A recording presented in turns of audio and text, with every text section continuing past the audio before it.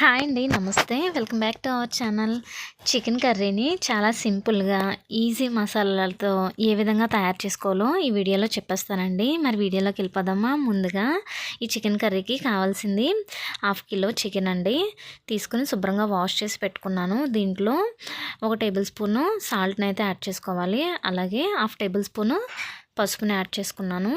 2 table spoon కారాన్ని అయితే add చేసుకోవాలండి. కారం మీ టేస్ట్‌కి తగ్గట్టుగా ఎంతైతే తింటారో ఆ టేస్ట్‌కి తగ్గట్టుగా యాడ్ చేసుకోండి. తర్వాత జింజర్ గార్లిక్ పేస్ట్ అయితే 1 టేబుల్ స్పూన్ యాడ్ చేశాను. గరం మసాలాని 1 టేబుల్ స్పూను యాడ్ చేశానండి. ఇప్పుడు వీటన్నిటిని కూడా బాగా కలుపుకొని ఒక 10 మినిట్స్ అయినా మ్యారినేట్ చేసి పక్కన పెట్టుకోవాలండి. తర్వాత కర్రీకి కావాల్సిన ఆనియన్స్ కట్ చేసి పెట్టుకోవాలి. ఇక్కడ నేను 4-5 మీడియం సైజ్ ఆనియన్స్ తీసుకుని చిన్న పీసెస్లా కట్ చేసుకున్నాను. 2 పచ్చిమిర్చి, 2 మీడియం సైజు టమాటాలని కట్ చేసి పక్కన పెట్టేసుకున్నాను. తర్వాత ఒక బాండీ పెట్టుకుని 4-5 టేబుల్ స్పూను ఆయిల్ని అయితే యాడ్ చేసుకుని హీట్ అయిన తర్వాత పచ్చిమిర్చిని యాడ్ చేసి ఫ్రై అయిన తర్వాత ఏవైతే కట్ చేసి పెట్టుకున్నామో ఆనియన్స్ కూడా వేసి ఫ్రై చేయాలండి. ఇవి బ్రౌన్ కలర్లోకి వచ్చే వరకు కూడా ఫ్రై చేయాలి.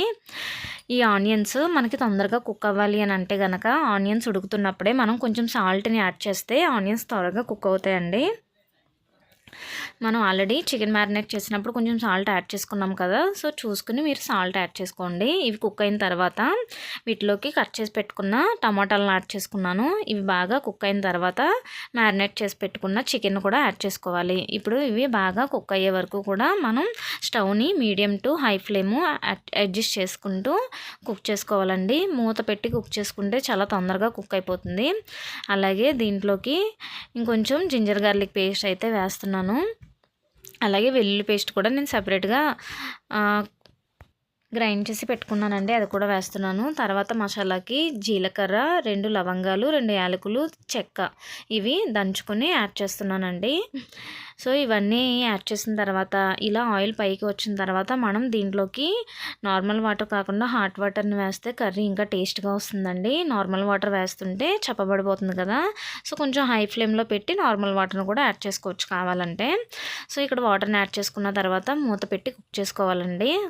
మనకి కర్రీ ఇంకా దగ్గర పడలేదు, ఇంకా వాటర్ ఉన్నాయి కదా, దగ్గర పడేంత వరకు కూడా కుక్ చేసుకోవాలి. ఒక 5 మినిట్స్ తర్వాత కర్రీ అయితే దగ్గర పడిపోయిందండి, రెడీ అయిపోయింది. సో బ్యాచిలర్స్ కానీ సింగిల్గా ఉండేవాళ్ళు కానీ ఎవరైనా సరే ఈజీగా తొందరగా కుక్ అయిపోవాలి అనుకున్నట్లయితే ఈ కర్రీని ఈ విధంగా చేసుకోవచ్చండి. ఫైనల్గా కొత్తిమీరతో గార్నిష్ చేసుకుంటే కర్రీ అయితే రెడీ అయిపోయింది. ఈ కర్రీ రైస్లోకి బగారన్నంలోకి కూడా చాలా టేస్టీగా ఉంటుంది. మీకు నచ్చినట్లయితే మీరు కూడా ట్రై చేసేయండి. ఎక్కువ మసాలాలు ఏమీ వేయకుండా చాలా తక్కువ టైంలో తక్కువ మసాలాలతో ఈ కర్రీని ఈ విధంగా ప్రిపేర్ చేసుకోవచ్చండి. ఈ వీడియో కనుక మీకు నచ్చినట్లయితే మీ ఫ్రెండ్స్ అండ్ ఫ్యామిలీస్కి షేర్ చేయండి, లైక్ చేయండి, అలాగే సబ్స్క్రైబ్ చేయండి. Thanks for watching.